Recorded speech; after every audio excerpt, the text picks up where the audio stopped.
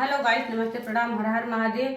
आप सबके बीच में एक गजल गीत लेकर आई हूँ। आप सबको कैसा लगेगा कमेंट में जरूर बताना। अपना ढेर सारा प्यार दुलार आशीर्वाद देना।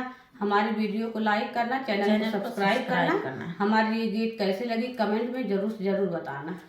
बहुरी ठाड़ी महाराज नारियारी बहुरी रही माई तुम्हारी प्रभु गारी दिए बहनी बोल भी रही बोल नारियारी बहुरी रही बहुरी ठाड़ी महाराज नारियारी बहुरी रही माई के बेचारा माई के बेचारा जा बनिया दुकनिया बहिनी मोगलवा के हाथ नारियारी बहुरी रही बहुरी ठाड़ी महाराज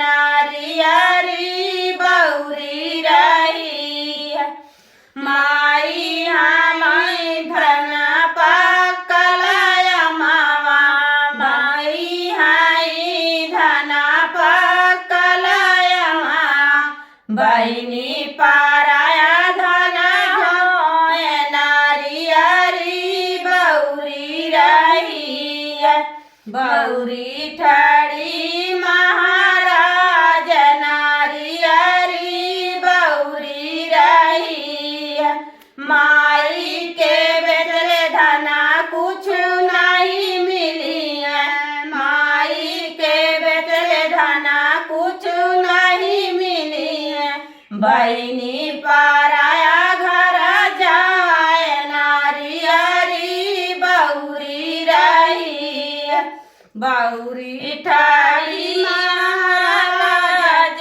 नारियारी बहुरी रही तू ही के बेचले धना सब कुछ मिली है तू ही के बेचले धना सब कुछ मिली है घर के बाला चल जाए नारियारी बहुरी रही बहुरी ठाड़ी